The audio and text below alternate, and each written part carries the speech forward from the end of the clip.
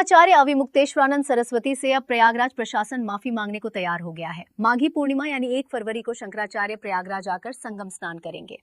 हालांकि इससे पहले उन्होंने प्रशासन के सामने 2 साफ शर्तें रखी हैं।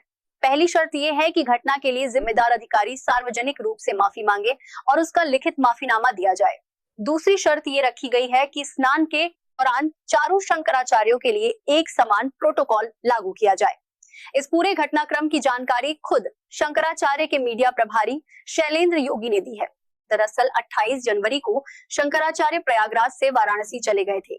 मीडिया प्रभारी के मुताबिक इसके बाद लखनऊ के 2 बड़े अधिकारियों ने उनसे संपर्क किया और माघ पूर्णिमा पर माघ मेले में सम्मान पूर्वक संगम स्नान कराने का प्रस्ताव रखा।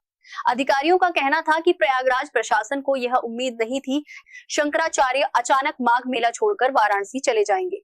उनका मानना था कि शंकराचार्य माघ पूर्णिमा यानी 1 फरवरी के स्नान के बाद लौटेंगे और तब तक उन्हें मना लिया जाएगा। अब शासन के कुछ वरिष्ठ अधिकारी वाराणसी पहुंचेंगे और शंकराचार्य को साथ लेकर प्रयागराज आएंगे। इसके बाद माघी पूर्णिमा के दिन उन्हें सम्मान के साथ संगम स्नान कराया जाएगा। लेकिन इस पूरे विवाद की जड़ क्या थी, इसे समझना जरूरी है। मामला 18 जनवरी मौनी अमावस्या का है। उस दिन शंकराचार्य अविमुक्तेश्वरानंद पालकी में बैठकर संगम स्नान के लिए जा रहे थे। इसी दौरान पुलिस ने उन्हें रोक दिया और पैदल जाने को कहा।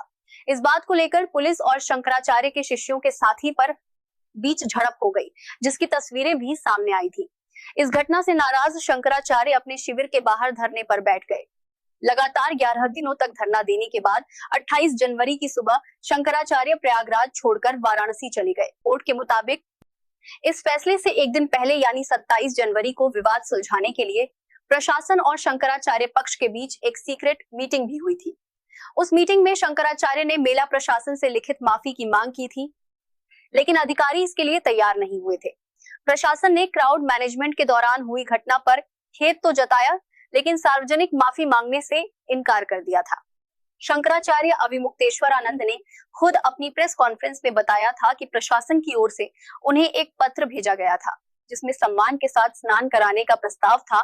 उस प्रस्ताव में यह भी लिखा गया था कि घटना के समय संगम नोज पर मौजूद अधिकारी शंकराचार्य के स्नान के दौरान भी मौजूद रहेंगे और उन पर पुष्प वर्षा करेंगे। लेकिन शंकराचार्य इस प्रस्ताव के लिए तैयार नहीं हुए और प्रयागराज से लौट गए। शंकराचार्य ने साफ शब्दों में कहा था कि अगर वे इस प्रस्ताव को स्वीकार कर लेते तो ये उन ब्रह्मचारियों, सन्यासियों, वृद्धों और महिलाओं के अपमान की कीमत पर होता, जिन्हें उसी दौरान कठिनाइयों का सामना करना पड़ा था। उनका कहना था कि ऐसा समझौता उनकी अंतरात्मा कभी स्वीकार नहीं कर सकती।